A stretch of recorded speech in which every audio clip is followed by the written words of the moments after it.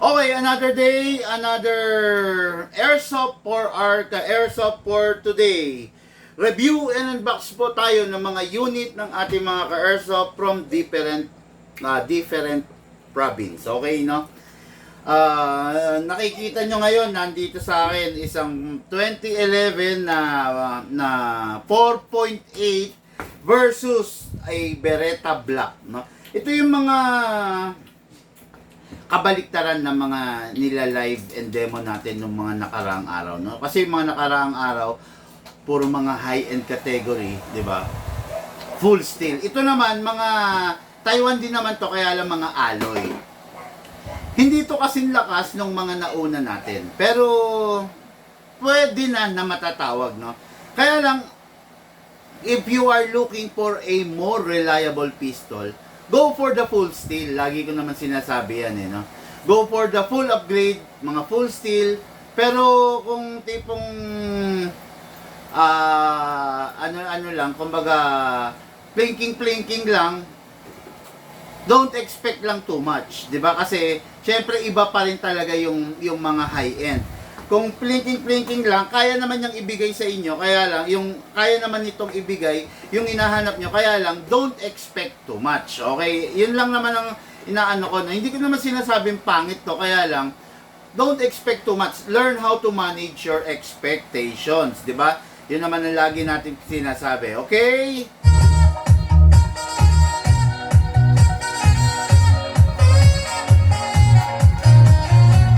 Okay, let's review and unbox. Dire-diretso na tayo. Simulan na po natin mga ka-airsoft. Okay, simulan na natin. Before anything else, shout out po third sinto. Jesse Cruz of Calibo, Aklan. Hello sir, good afternoon. Okay, then, ang unit ng ating ka-airsoft Sir Jesse is the 2011 4.8 high kappa. Okay, what is good and special about this?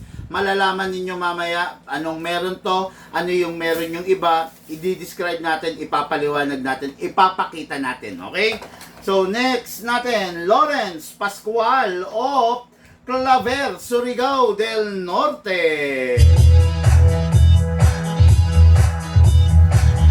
Okay. Okay, ang kanyang unit is the Beretta Classic. Tama ba? Nasaan yung sticker? Wala? Nawala. Ha? Natanggal. Okay, Classic Beretta to, mga ka-airsoft, no? Medyo pang oldies. Okay, what is good and special about this unit? Malalaman po ninyo in just a while. Maya-mayang konti, no? Okay, so unahin muna natin yung kay Sir Jesse of Calibo, Aklan. Hello po sa inyo, sa inyong lahat. Let's start the review and unbox!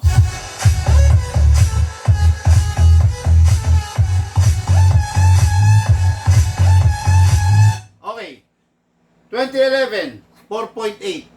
What is good and special about this? Guwapo, matikas, matindi, barako, di ba? Compact. Mas compact. Papakita ko sa inyo yung comparison between 4.8 and 5.1. Ang 5.1 is a standard size, okay? What time 5.1? Ay! This is a 5.1 model, while this is a 4.8. So, mas maliit po siya. Ayan, makikita. Pagpantayin natin, yan. Makikita nyo, mas maliit siya, mas compact siya tignan, no? Kung ako tatanungin nyo, I'll go for the 5.1. I'll never go for the compact size. Bakit?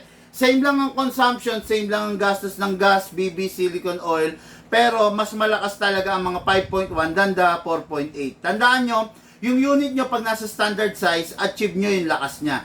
Pag yung unit nyo compact size, sayang yung gas na gagamitin nyo, no?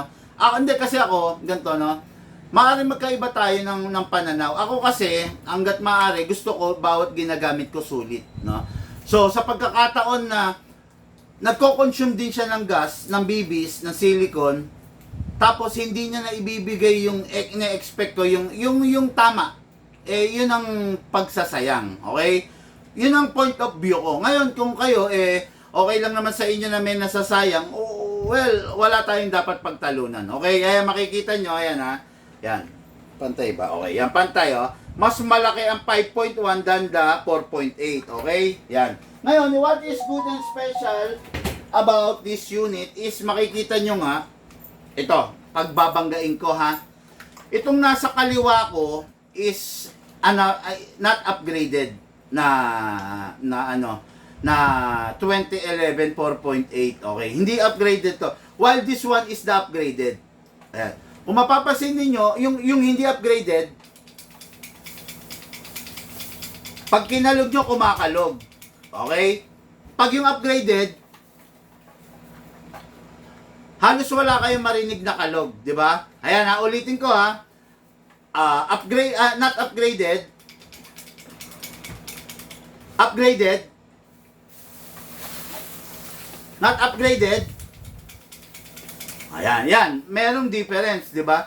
Ngayon, pag kinasa natin, hindi to upgraded ha. Ayan ha. Hindi ko lang alam kung maririnig nyo sa camera, sa video natin yung difference. Ayan ha. Tunog lata. While the upgraded, iba yung tunog niya. Masarap. Masarap, malagitik. Ito, malagatak. Di ba? Hindi ko lang pagkakaiba lang, pero napakasarap ng tunog nito. Ngayon, ito, papakita ko sa inyo, kasi natin, ilock natin manually. Ito yung upgraded ha. Ito yung hindi upgraded, kasi ilock manually. Ayan. Ito yung hindi upgraded. Ayan ha. Ayan ha. Pansin nyo, kumakalog siya forward and reverse. Ayan. Yung hindi upgraded, ayan, kumakalog siya forward and reverse kasi hindi to upgraded. While the upgraded, ayan, makikita nyo, wala siyang kalog, ayan, wala, hindi siya kumakalog, ayan, wala. Okay, kasi upgraded to. Ito yung hindi upgraded. Ayan, hindi naka-fix outer barrel, naka-fix outer barrel. Okay, hindi naka-hammer protection pad, naka-hammer protection pad. Hindi naka-fine tuning, naka-fine tuning. Hindi naka-trigger job, naka-trigger job. Ayan ha. Bigyan ko kayo ng sample mamaya. Nasaan ba yung magazine nito? Ito. Bibigyan ko kayo ng sample mamaya nung unit na hindi naka fine tuning, hindi naka trigger job. Bibigyan ko kayo ng sample ng difference, no? Or gawin na lang natin yun some other time sa isang vlog, no? Kasi pag isinabay natin ngayon yun, maguguluhan yung isip ng ating mga ka-airsoft, no? So, gawin na lang natin yon, okay? Okay, shout out, good day and good afternoon sa kaibigan natin. Good afternoon, Sir Bigman, a very nice catchy jingle song. Hope you are doing good. Have a good day. Salamat po at napansin ninyo, Sir Polo Rodney. Okay, Brian Lusabia, good noon po sa inyo. Sabi ng ating ka-airsoft subscriber na si Sir Brian Lusabia. Good afternoon, sir. Okay, yung sinabi ko, erase nyo muna kasi magugulo eh. Some other time, maglalabas tayo ng vlog. Banggaan, comparison ng upgraded versus the non-upgraded, di ba? For now, hindi muna natin ilalabas kasi magugulo nga naman pala, magugulo yung pagbablog ko eh. Kumbaga maguguluhan. Nakaset na tong order na to tapos baka biglang, di ba? Okay, some other time, don't worry, baka tignan ko kung kakayanin ko, no? Mamaya, face reveal. No face reveal vlog tayo. Okay, no face reveal vlog. Comparison ng upgraded na 2011 versus the non-upgraded. Again, no face reveal vlog tayo mamaya. Pipilitin ko yan, okay? So, abangan ninyo yan, mga airsoft. Okay, itong unit na to, walang ginalaw. So, ibig sabihin, yun nga, malakas ang kalog, tapos, syempre, hindi ganun katipid sa gasto. Okay? Dahil nga, yun, walang ginalaw talaga sa kanya. Talagang all stock siya, no? Hanggat maaari, ayaw ko sanang ibigay yung ganito, yung not upgraded. Kasi bakit, mga airsoft? Pag binigay ko sa inyo yan, ganito, ang problema kasi nito not upgraded, pagtagal, nagiging ganito yan, no? Ayan. Naghihiwalay yung barrel niyan, nasisira. na napipigtas yung napakamanipis na welding, no? Yan. Pag naghiwalay, hindi mo naman pwede idikit ng mighty band dyan, bibigay din. Baka sabihin ng iba, didikit lang yan, big man, mighty band. Hindi pwede idikit ng mighty band dyan, ha? Pag dinikit mo ng mighty band, walang saysay, hindi ka rin mag-e-enjoy dahil hindi siya design for a mighty band. Naghahanap pa ako ng isa pa eh. Meron pa ako isa rito na ayan. Ayan, barrel yan ng hindi naka-fix outer barrel. Eventually, yun, bibitaw. Okay? Wala ka na magagawa dyan. Hindi mo pwede idikit dyan. Talagang naka-design yan para ganyan. So, 2-piece yan. Sa amin kasi 1-piece naka-fix outer barrel. Kaya mas maganda. Pag naka-fix outer barrel, ikaw ang makikinabang. Walang yung wear and tear ng unit mo, hindi ganun katindi. Yung wear and tear ng unit mo, hindi ganun kalala. Okay? Talagang mas maganda ang magiging performance pag naka-fix outer barrel. Pag hindi naka-fix outer barrel, expected mo na hindi rin ganun katibay na tatagal yan. Tandaan nyo, ang fix outer barrel natin mga ka-airsoft, napakaganda ng quality. Stainless steel, grabe, lalo na yung premium natin, no? Napakaganda ng quality, talaga mag-enjoy ka. Good PM, sir, open din ba ang shop nyo Saturday and Sunday? Thanks, Orlando Alcantara Tarak. Nagpabook ba yung Tarlac? Pa-verify kung... Yes, open po kami 7 days a week, 16 hours a day. Hindi 24/7 eh. 7 days a week, 16 hours a day. Okay? No, open po ang Big Man Hobby Shop to serve you mga airsoft, no? So, let's begin. Ito na yung unit natin kay airsoft, Jesse Cruz of Calibo, Aklan.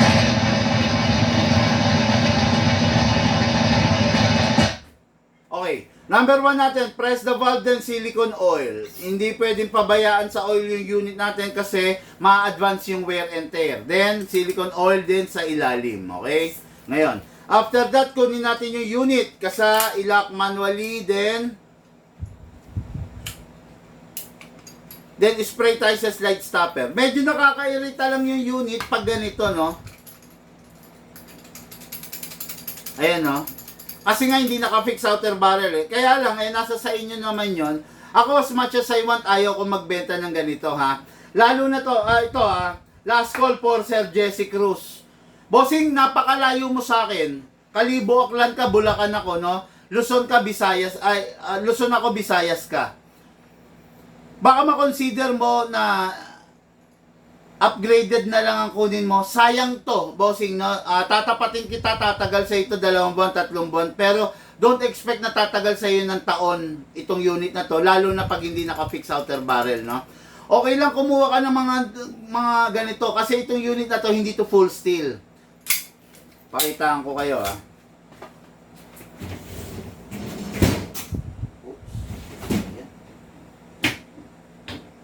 Okay.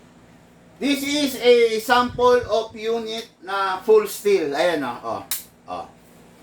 Purong bakal yan, especially the internals. Pero ito, wala to. Walang steel dito, lahat to alloy. Okay, lahat to alloy. Ayan, lahat yan alloy. Walang steel dyan. Hindi katulad ng mga premium na ganito. Di ba? Tignan, beaver tail. Okay, mag-catch. Okay, slide stopper. Okay, safe. Especially the hammer. Ayan, ayan, ha. Kaya mga airsoft, no, ito okay to. Taiwan naman to, kaya lang hindi siya full steel. Alloy lang siya. Okay? So, don't expect too much, lalo na pag alloy, kasi pang 12 kg lang siya. Yung pinakita kong full steel is good for 12, 14 and 14 kg. Okay? Pero ito, pang 12 kg lang to, huwag nyo gagamitan to ng 14 kg kung ayaw nyo masira siya. Pero kung gusto nyo mawarak na siya, masira na siya, gamitan nyo na para magtapos na yung buhay niya. No? Pero kung gusto nyo, mahalin nyo, huwag nyo gagamitan ng 14 kg ha, hanggang 12 lang. Ngayon, ito. Kung yung upgraded minsan nagkakatopak pa, what more sa hindi upgraded? Okay? Unang masisira dito, bossing, is the barrel or the half-up chamber. Kaya ako, as much as I want, ayaw ko sana. Pero kung makulit ka, kung after all my explanation and after all my vlog, still ito ang pipiliin mo yung not upgraded, wala na po akong magagawa ron. No? Ang trabaho ko lang is i-serve kung ano yung pangangailangan ng customer ng Airsoft. Okay? Then, spray tayo sa slide stopper. Okay, then, kasa, ilak, spray tayo sa nozzle. Okay, yan. Then, release, then rest. Okay? Ngayon, lagyan natin siya ng gas. Ang gas na gagamitin natin sa kanya is 12 kg. Huwag tayong gagamit ng 14 kg sa kanya. Mawawarak po ito. Upside down, then press down. 1, 2. Okay, 2 seconds. Sobra-sobra na yan para sa isang puno, para sa isang upgraded. Pero dahil hindi ito upgraded, yung 2 seconds, mga ano lang yan. Dahil hindi siya upgraded, yung 2 seconds, hindi tatagal ng mga 50 rounds, ng mga 40, ng mga 60 rounds. Most probably 25 to 30 rounds lang. Okay? Yan. Ngayon to, ito na yung ano, yung bala. Point 30, dapat point 20 lang pala to. Pero sige, okay lang. Hatak, then put your right thumb here, then dito ilalagay yung bala. Okay? Then pump. Actually, dapat to point 20 lang ha, kasi 4.8 to eh, no? Pero dahil wala akong point 20 ngayon dito, gamit na muna tayo ng point 30. Okay, pasok. Asa. Ready to fire, okay? Ang pagpa-fire, always finger trigger out. May safe siya, may beaver tail. Beaver tail, kailangan ma-press mo para mag-fire. Pag naka-safe, hindi mo mapipindot lahat yan. Unsafe mo lang pag magpa-firing ka na, okay? Safe muna. Firing!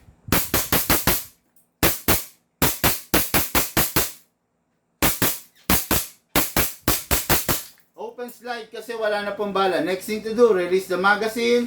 Then, syempre, release the slide. Then, rest the hammer by pressing the trigger. Unit natin kay Airsoft, Sir Jesse Cruz of Calibo, Aklan. Not upgraded, the 2011 4.8 high kappa series. Okay? Ready for packing and ready for shipping. Box na. Pasingawin mo pala yung gas, ha? Okay, next unit. Oy, may question tayo rito. Big man, okay lang ba maglagay ng foam para hindi mabasag ang bala? Okay. Kahit anong lagay nyo, foam, tela, hindi advisable na i-reuse yung BBs. Tandaan nyo, yung BBs, nagdadanas na ng torture, nagdadanas na ng stress, dun pa lang sa loob ng barrel, dumadanas na siya. Ngayon, pag yung BBs ninyo is tumama na into any object, mas meron ng stress yan. Possible may crack, merong bitak, or shattered BBs na, no? Hindi ko ina-advise na magre-recycle kayo ng BBs. Magpalit na lang kayo ng BBs. Mura lang naman ang BBs, no? Huwag nyong i-recycle. Pakiusap ko lang kasi talagang masisira. Yung iba katwiran, lalagyan daw ng foam. Hindi advisable yon. Kahit lagyan nyo ng foam, talagang hindi advisable na pupulutin nyo or i-reuse nyo. Tandaan nyo ha, yung BBs na ikinakarga nyo, isa siya sa sisira sa baril ninyo. Kaya pakiusap lang, makinig po kayo para po hindi kayo mapahamak. Okay, next unit natin. Unit natin kay Airsoft, Lawrence Pascual of Claver, Surigao del Norte. Okay, review and unbox tayo nito. Beretta M92 Black.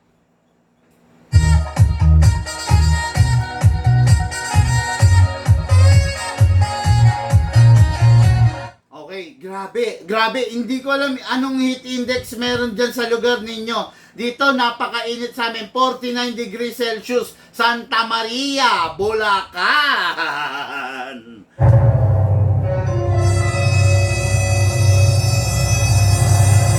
Okay, sabi ni Soren, Padero, pa-show naman ng AK sa likod nyo. Show natin. Show! Okay, no? Hindi po kami pwede mag-show kasi hindi po live selling to. Vlog po ito, no? Vlog nung unit, no? Nakafocus po tayo dito sa binablog na unit kasi pag hindi tayo nag-focus dito, napaka-unfair natin sa may-ari nito. Bumili siya sa atin tapos hindi natin ganong pagbubuhusan ng oras para i-vlog siya. Ngayon, interesado ka doon sa AK, punta ka sa YouTube namin, makikita mo ron mag-PM ka sa amin, bibigay namin sa iyo yung detalye, okay? Hindi tayo nagsho-show dito, hindi tayo nagpe-flex, hindi natin ipe-flex to, hindi natin ipapakita, hindi natin i-feature to kasi meron tayong trabaho na dapat tapusin. Yung vlog nitong unit na to, okay? Ayan. Okay, Sir Beretta, sabi ni John Cyril Agana, yes sir, good afternoon sa'yo. Sabi ni Orlando, pasyal kami dyan one day para makapili. Okay lang, pero magpabook ka sir, no? Hindi pwedeng pupunta ka kagad diretso rito sa shop. Magpabook ka, tumawag ka a day ahead para mas maganda at mas maayos ang magiging transaction natin, okay? Wag pong basta pupunta kasi hindi kayo ma-entertain, no? Lalo na kung meron tayong mga high profile client na nandito sa shop, hindi po kayo ma-entertain. Kaya mas maganda merong booking, may schedule, okay, no? Okay, walang dahilan para hindi ka mag-airsoft, bossing. Pumupunta kami South, North, and Manila area, Rizal area, para i-deliver yung airsoft na gusto mo, no? Pero kung sakasakali na gusto mo mag-walk-in, magpasabi ka muna, okay? Para maging maayos. Kasi minsan may mga high-profile client dito, no? Pag high-profile client, hanggat maaari ayaw nilang may kasama sa loob ng shop. Gusto nila sila lang, no? So, pag ganon, mag-aantay ka ng matagal sa labas. Kaya, mas maganda may pasabi ka, okay? Bago ka pupunta, no? Tsaka magpa-booking ka para maayos, okay? So, next unit, Beretta, Lawrence Pascual Claver, Surigao del Norte. What is good and special about this? Ang Beretta, sasabihin ko na sa inyo, lahat na meron si Beretta. Si Beretta number 1, medyo may kahirapan ng pyesa. Okay? Tatapatin na kita. May kahirapan ng pyesa. Number 2, napakamahal ng fixed outer barrel. Kaya ito unit na to, hindi siya hindi siya naka-fix outer barrel. Ayan. Pero gusto mo i-fix outer barrel, meron naman. Medyo may kataasan nga lang. Medyo may kamahalan. Okay? Ang Beretta walang rail para sa mga upgrades like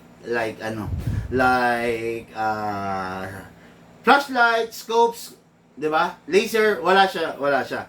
Ang Beretta naka-conventional sight lang. Hindi siya naka-optic. Okay? Ang Beretta is a double action pistol. Kahit hindi mo ikasa, ma-access mo siya. Okay? Ang Beretta walang beaver. Ang Beretta is a 9mm. Itong Beretta na to is a Beretta all metal pero alloy. Okay? This is a WE Beretta. Okay naman siya, kaya lang sabi ko nga nung una, learn how to manage your expectation. Okay na siya, pero hindi siya kasing lakas, kasing tindi ng mga full steel. Yung mga 2011, yung mga ZZ, hindi siya kasing tindi nun. Okay? Ang technology niya, classic na classic, walang ganong abubot. The best na para sa mga merong palad na malalaki. Kasi kayang-kaya mo.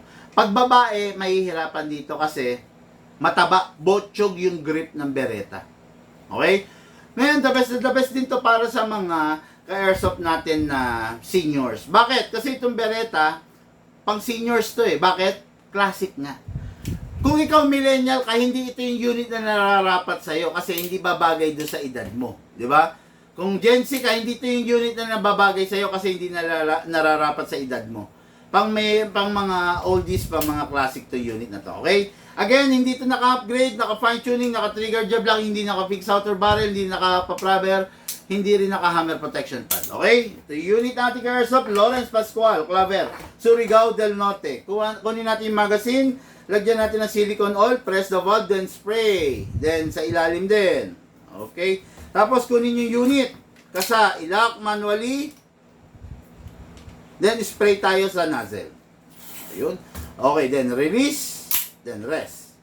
Okay. Ang Beretta, na tipo nito is compatible only with 12 kg. Never use 14 kg. Mostly of the WE, wag ninyong gagamitan ng 14 kg kung ayaw nyo magtapos yung buhay niya. Okay? Upside down, then press down. 1, 2. Okay, 2 seconds. Sobra-sobra para sa isang puno kasi naka-fine tuning, naka-trigger jab to. Hatakin to pababa. Then put your right thumb here. Then pump. Okay. Maximum rounds 27. By the way mga Karso pa, lahat ng gas blowback rifle, actually lahat naman ng gamit. Lahat ng gamit kahit gaano ka high-end, huwag ninyong ibabagsak. Pag binagsak ninyo, pag nalaglag, possible magkaroon ng defect, magkaroon ng sira. Especially the magazine. Pag nabagsak, pwede ma-misalign yung o-ring, magkakaroon ng leak. Okay? Pasok! Pasa! Ready to fire. Okay? Firing!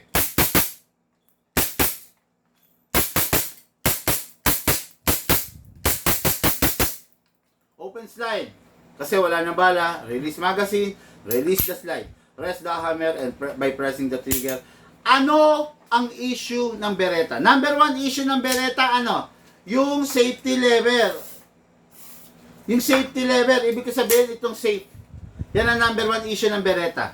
Ngayon bibigyan ko kayo ng tips para hindi kayo problema. Pag i-access ninyo yung safe, ilalagay ninyo sa safe, dual. Dalawang finger, left and right, balance yung pressure. Ala, hirap to ah.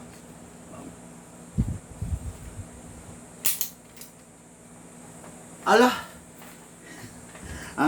Yan. Yan ang problema ng Beretta. Tatapatin ko kayo ha. Mabigat i-access yung safe. Yung safe niya, ang bigat i-access. Yan no. Ngayon, pag isa-safe niyo yung Beretta, yan pag naka-safe po. Di ba? Pag isa-safe nyo, kailangan dalawang kamay. Ayan no. Inahatak niyo pa gano'n. Pag i-unsafe nyo, dalawang kamay pa rin. Paangat. Ayan no. Oh. Pag isa-safe nyo, di ba? Kailangan gano'n. Dalawa, sungkit, left and right, ganyan, no? Isa-safe nyo, okay, unsafe, okay. Pag ginawa ninyong isang side lang, mapupungal yan, mababali yung safety lever nyo, okay? Dito nyo lang makukuha yan sa Bigman. Wala kayong makukuha ibang tips na ganyan, no? Dito makukuha nyo, dito ituturo sa inyo sa Bigman kung ano yung tama, kung ano yung dapat. Okay? Kasi ayaw namin na masira yung unit mo kasi lifetime warranty kami. Okay? Pag doon kayo sa iba kumuha, walang ituturong totoo sa inyo. Walang ituturong totoo sa inyo. Kasi bakit? Pakialam ba nila? Okay lang na masira yung unit nyo kasi wala naman silang warranty. Sa amin, lifetime. Diba? 2 taon, 3 taon, 4 na taon mula ngayon, nasira unit mo, dali mo lang rito. Unit na natin kay Airsoft, Lawrence Pascual, Claver, Surigao del Norte. Hello, bossing. Thank you. Ito na po yung unit mo. Ready for packing and ready for shipping. Nilagyan natin ng 2 seconds. Naka fine tuning, naka trigger job, matipid. 1, 2, 3, 4, 5, 6, 7, 8, 9, 10. Nagpapatok tayo ng 20 plus 10, 30. 1, 2, 3, 4, 5, 6, 7, 8, 9, 10. Nagpapatok tayo ng 30, 40 na. Nag-10 eh. 40 rounds. Meron pa ba? Meron pa. Malamig pa eh. Okay? Ngayon, yung unit mo, napakaganda. Gamitin mo lang ng tama. Silicone oil, wag magpabaya. Hindi ka problema sa unit mo. Okay? Press the valve. Okay. Itong unit na to, ready for packing and ready for shipping. Going. Claver, Surigao del Norte. Lawrence Pascual. Okay. Baka may magpapa-shoutout sa ating mga ka-Airsoft. I-shoutout muna natin, no? Na mukhang marami nag-chat eh. Okay, pang die hard ang datingan. Sabi ni Alan Villaris, hello, brother. Okay, sabi ni Aris Sama, pa-PM po price list. Sige sir, PM ka. Magre-reply po kami. Okay, sir, kung nakapagpabook na, what time open ang shop ninyo? Ang Bigman Hobby Shop, open 8 a.m. to 10 p.m. pala. 7 a.m. May nag-reply. Pucha, tulog pa ako niyan. Sige, okay lang, gigising ako para sa'yo. 7 a.m. to 10 p.m., okay? Ayan. Okay, good day and belated happy birthday, Ate Shane. More blessings to come. Sabi ni Alan Villaris. Thank you. Okay, so yun lang muna for now mga ka-Airsoft. Mamaya abangan ninyo no face reveal vlog. Gawan natin ng vlog yung yung banggaan ng upgraded versus the non-upgraded ng 2011 Hi Kappa. Ipapakita ko sa inyo, gawan natin ng vlog yan, okay? Guys, yun lang muna for now. Lahat po tayo nagmula sa iba't ibang larangan. Pinagbuklod, pinag-isa ng iisang libangan. Yun ang paglalaro ng Airsoft. Siyempre, hatid sa inyo ng inyong lingkod, Big Man. Thank you po.